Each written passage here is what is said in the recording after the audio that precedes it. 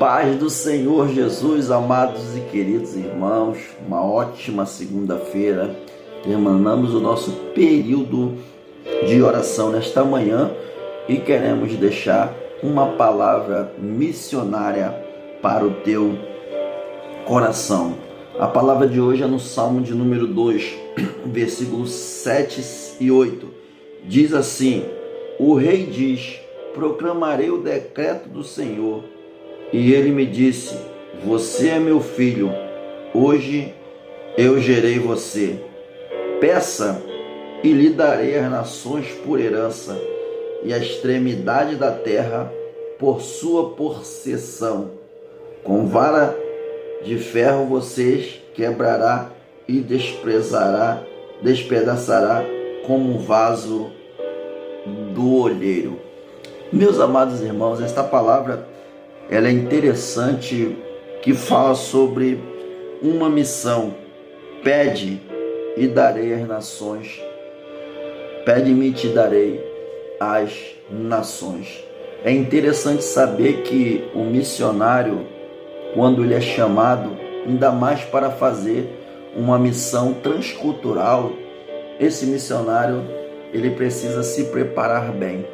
Esse missionário ele tem que entender a vontade de Deus, estudar a língua, estudar os povos para onde eles vão ser enviados.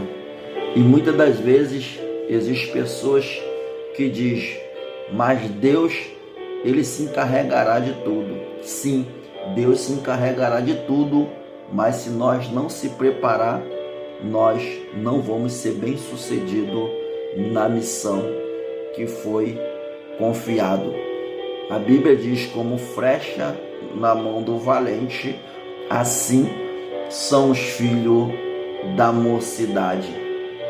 Muitos candidatos missionários fantasiam o campo missionário, simplificando a necessidade que lá. Mas nós temos que saber que o campo missionário existe cultura, existe também a geografia, existe um modo de vida que precisa ser estudado e também que precisa ser analisado. Talvez muitas agências missionárias, com pressa de enviar um candidato ao campo missionário, e muitas igrejas que faz isso, ela se descuida do preparo que o missionário deve ter.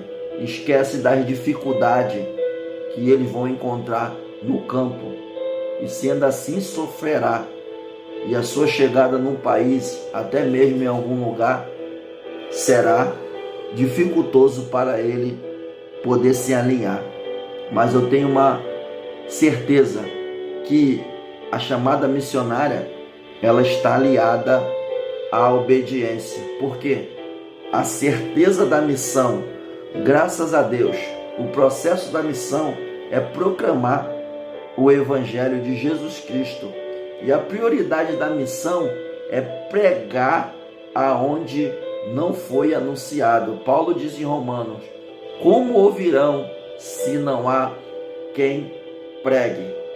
Pode ser perto ou pode ser longe. Primeiro Deus prepara o nosso coração para obedecer. Depois Jesus ele mostra o caminho, e a obra missionária só acontece por meio da obediência.